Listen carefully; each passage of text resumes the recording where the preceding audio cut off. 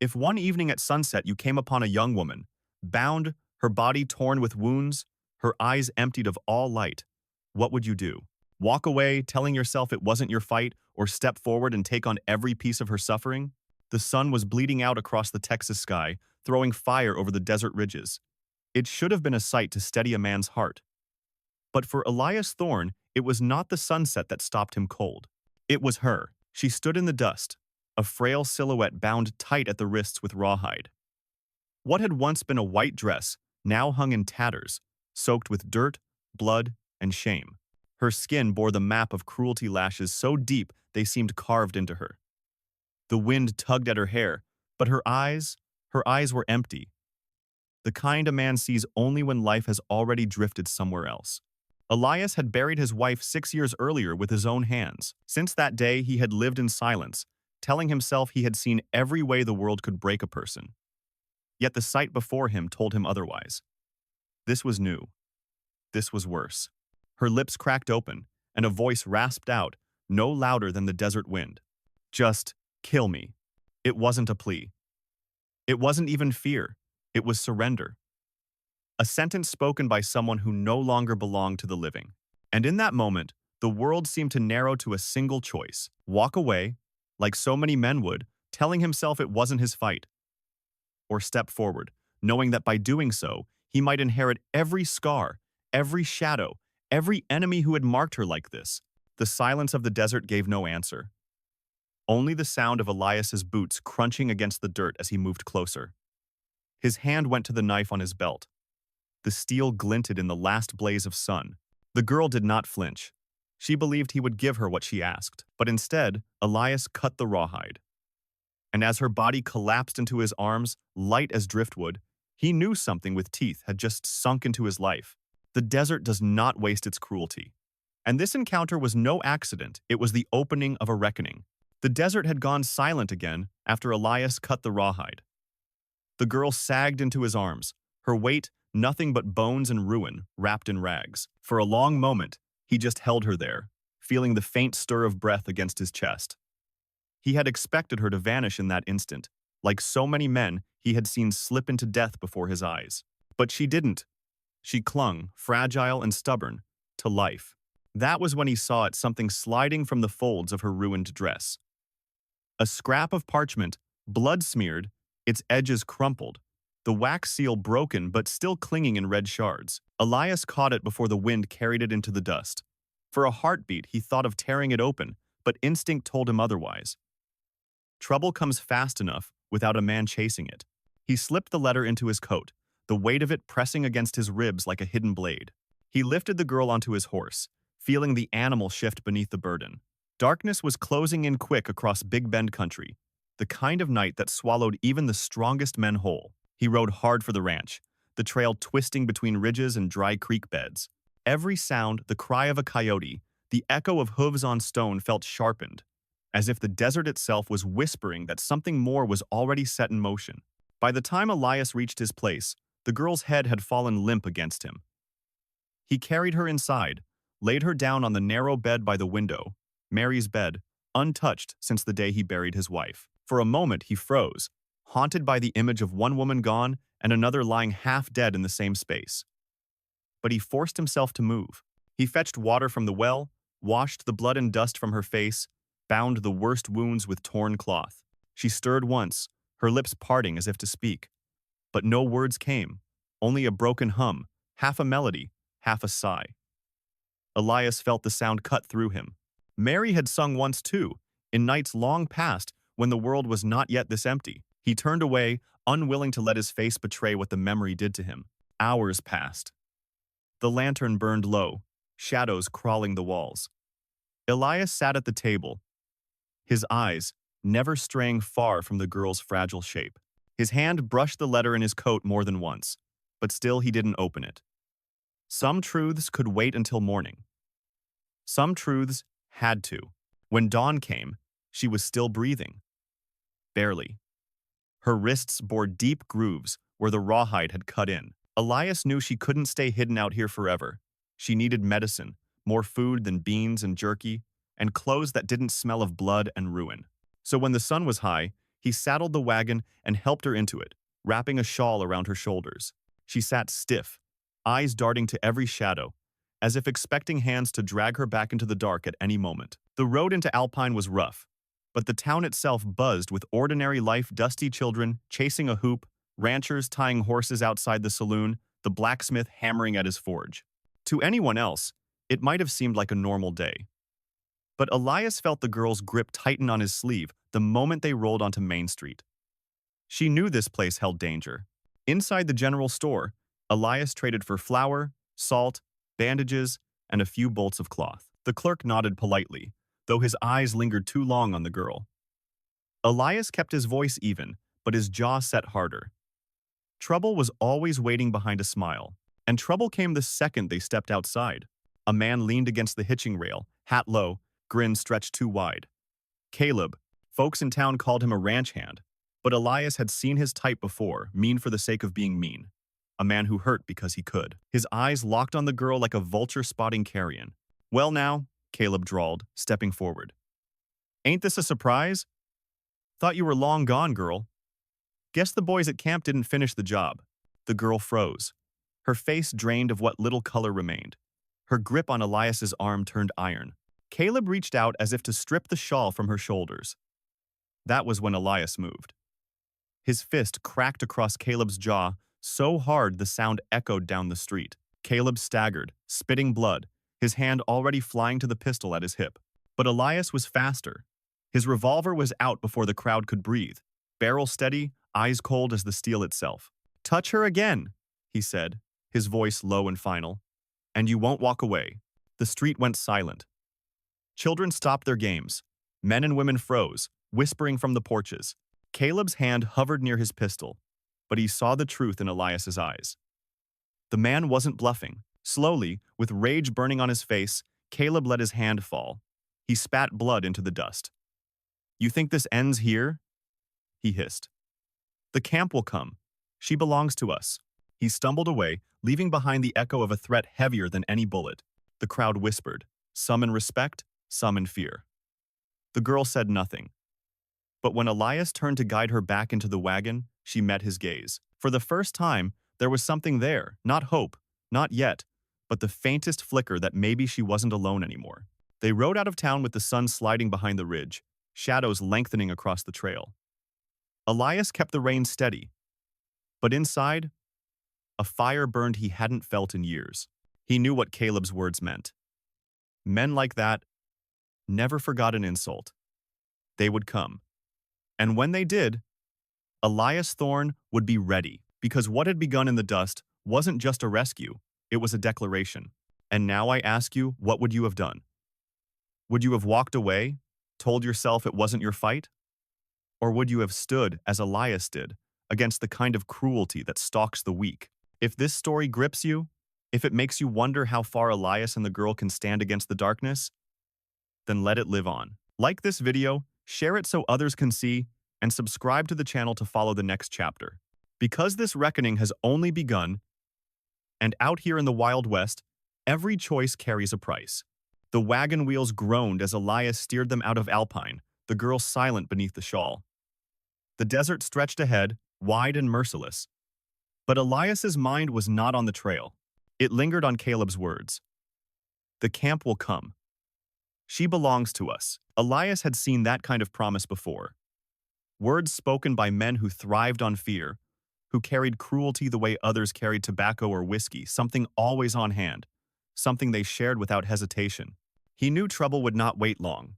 By the time the ranch house came into view, the sky was already burning gold. The girl Marin, he would later learn, leaned against him, her body slack, her strength nearly gone. He helped her inside, set her by the lantern, and checked the rifle by the door. The house felt smaller than ever, its walls too thin to hold back the storm he knew was rolling toward them. That night, the land whispered the way only the desert could. The wind moved low through the mesquite, coyotes cried from the ridges, and somewhere farther off, a sound different than nature's song. Hooves. Elias stepped onto the porch, the lantern's glow spilling behind him. The sky was a vault of black velvet, stars scattered across it like cold dust. 3 riders cut through the dark, their horses restless, their shapes sharp against the starlight. Caleb was not with them, but his venom wrote in their words. "You got something that belongs to us," one called. His voice was rough, hollow with arrogance. Elias leaned against the porch post, calm as stone. "Only thing I got here is cattle and a roof that leaks when it rains." The men shifted in their saddles. One spat into the dust. Another tilted his head, his tone harder. "She was marked. She was sentenced. You hand her over, or we come in and take her." Elias let the silence stretch until it pressed heavy on the night. Then he stepped down from the porch. His boots crunched steady in the dirt. He carried nothing but the lantern in his hand, the flame quivering with each step. The men tensed, hands twitching near their weapons. But Elias didn't head for the house. Instead, he walked slow toward the shed near the barn. He pushed the door open, the smell of dust and iron spilling out. Stacked in a corner, wood darkened with age, lay a crate left over from the war. The lantern's light caught faint, stenciled letters across its side. Explosives.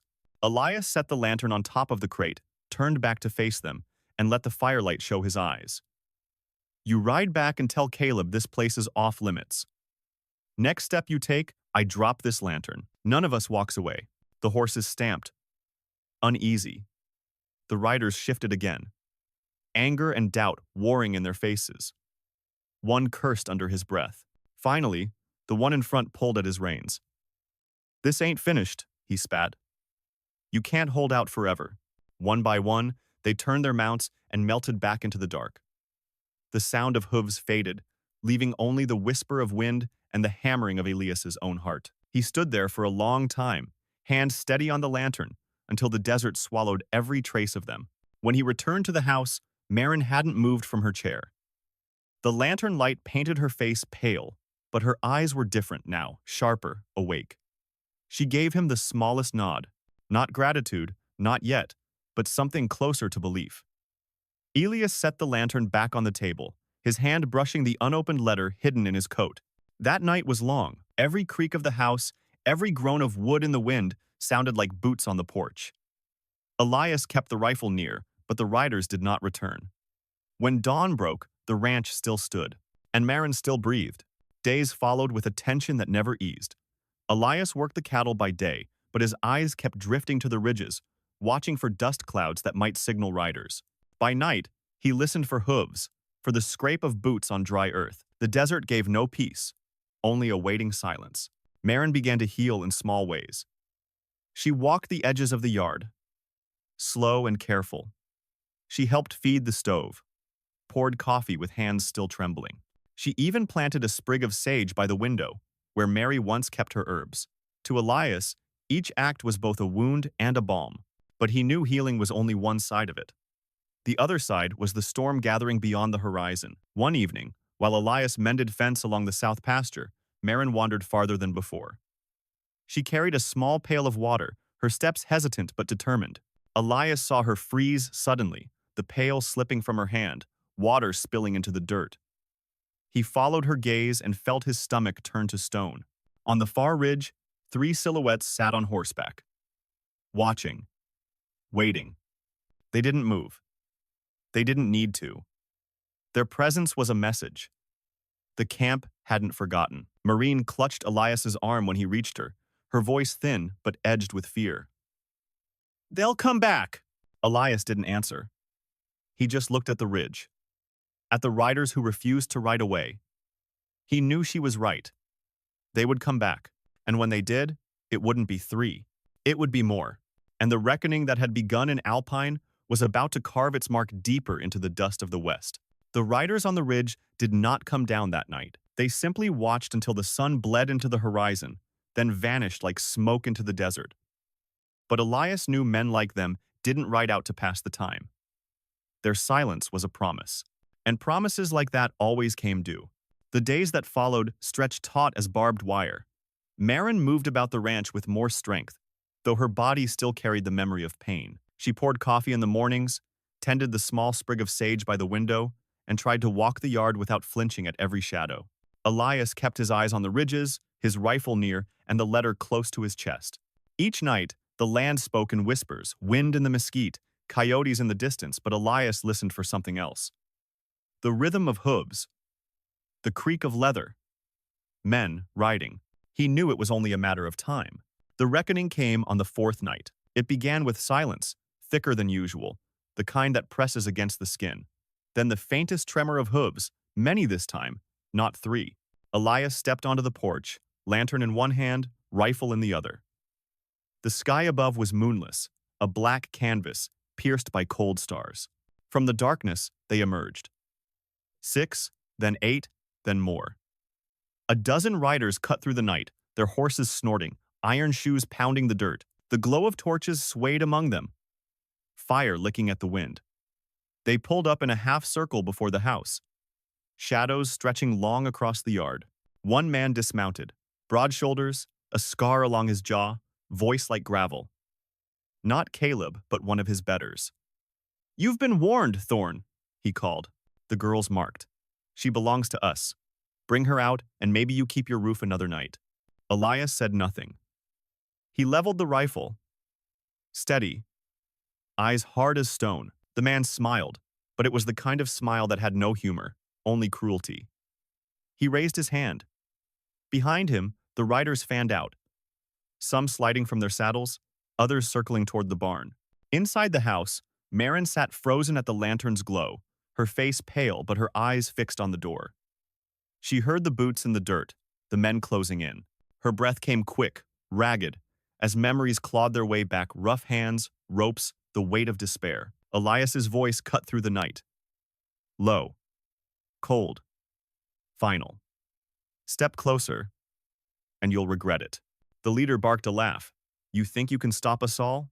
One man with a rifle against a dozen? Don't be a fool." But Elias didn't blink. He had lived through war, buried friends in blood and mud, held his wife's hand as she faded. Fear had no place left in him. The first shot cracked the air, not Elias's. One of the riders fired, the bullet slamming into the porch rail, splinters flying. The silence shattered into chaos. Elias returned fire, the rifle's kick steady against his shoulder. A man dropped from his saddle, torch tumbling into the dirt. Horses screamed, rearing at the flash and thunder. The yard became a storm of smoke, flame, and fury.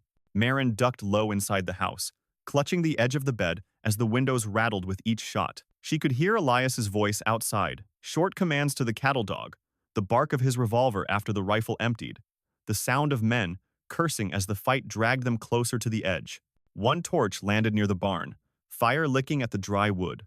Elias saw it, teeth clenched, and moved fast. He kicked the crate of explosives just far enough into view, lantern balanced in his hand again. "Touch that barn," he roared, his voice carrying over the chaos. "And none of us walks away alive." The riders froze. Even through the madness, they saw the truth in his eyes. This was a man who had nothing left to lose, and everything still worth defending. For a heartbeat, the night held its breath. Then the leader snarled, motioned for retreat. "This ain't over, Thorn. You're buying yourself time, nothing more." One by one, the riders pulled back, dragging their wounded, torches dying in the dirt. Their hooves thundered into the dark until only silence remained again. Elias lowered the lantern, his chest heaving. He had stood his ground, but he knew the truth. They would come again. Stronger, more desperate.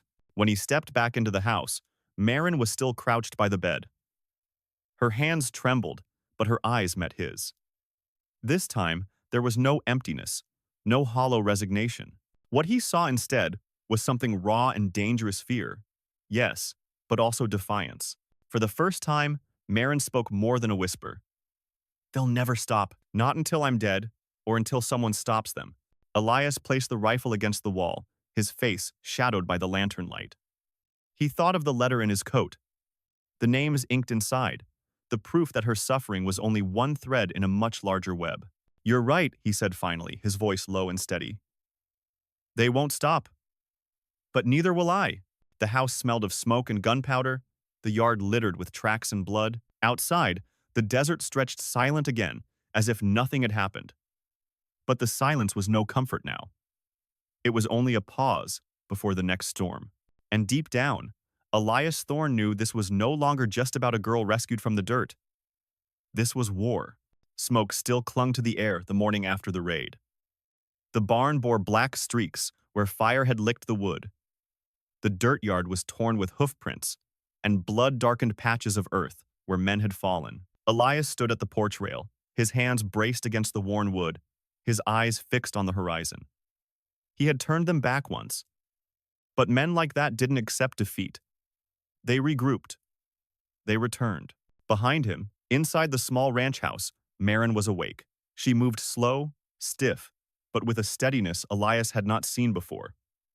The tremble in her hands had lessened. She poured water from the basin, splashed her face, and when she caught her reflection in the cracked mirror, she didn't see only the girl broken in the dirt.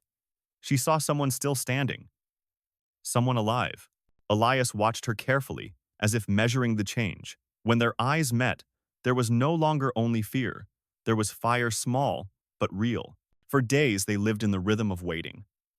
Elias repaired the fence lines by day, rifle never far. Marin tended the small herb patch by the window, her movements more sure, her voice returning in fragments, soft hums at first, then words carried on the breeze.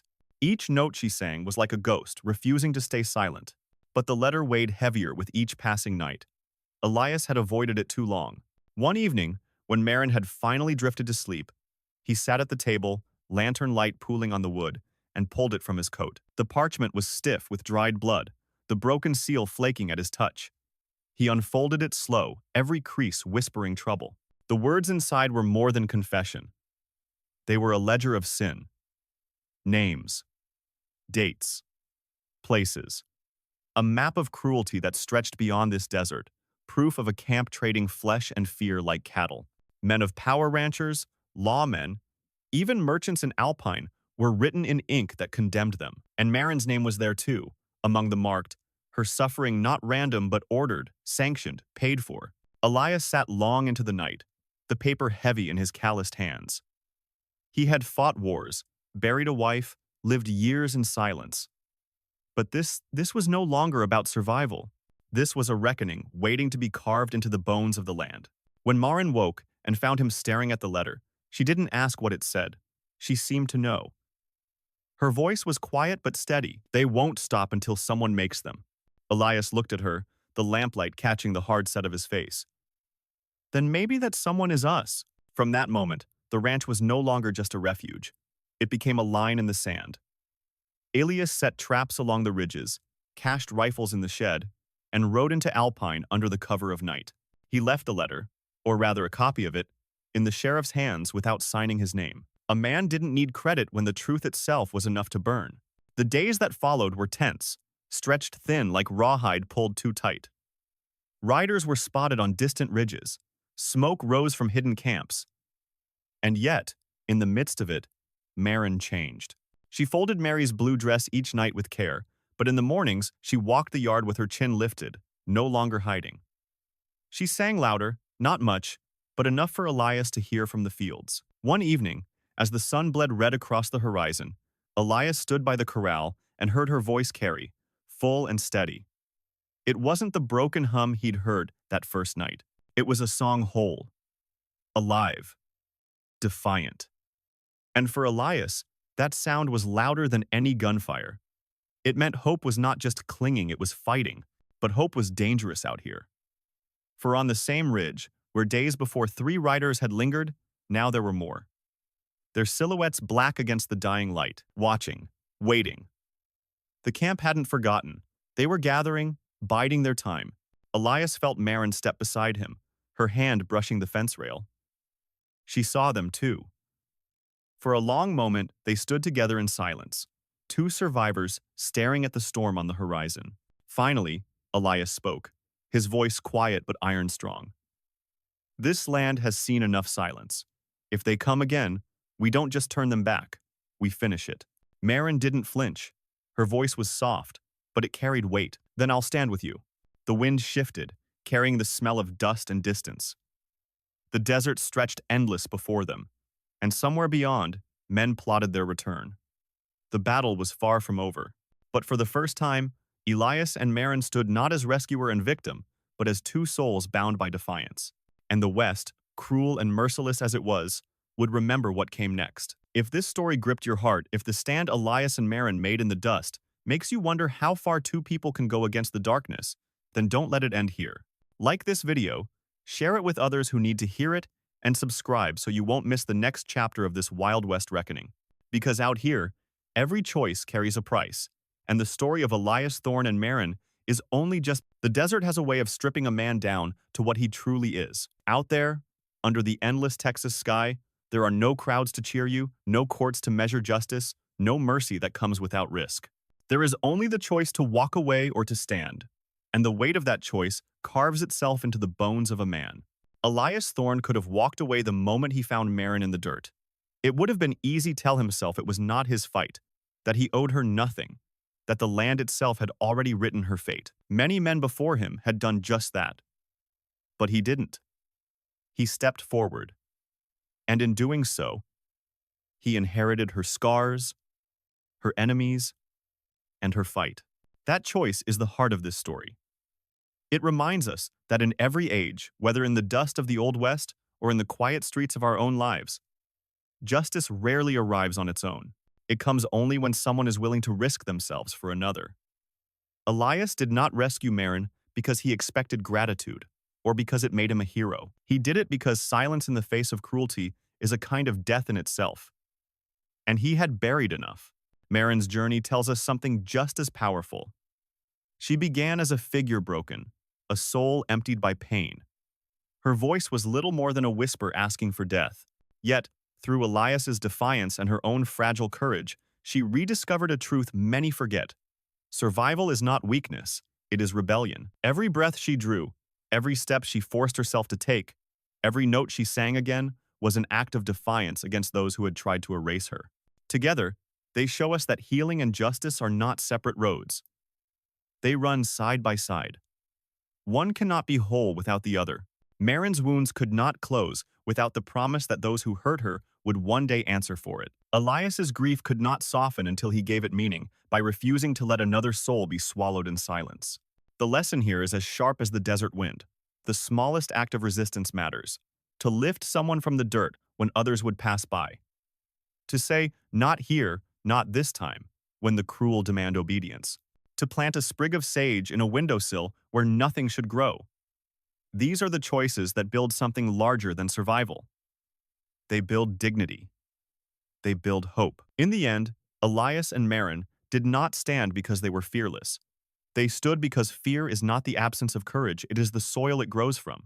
And sometimes, the bravest thing a person can do is to simply refuse to let another die alone. That is the lesson the West leaves us.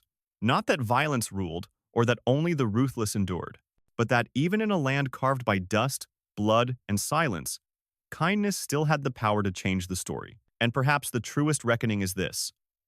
When cruelty comes riding, history does not remember those who turned away. It remembers the ones who drew the line, held the lantern high, and dared the darkness to cross.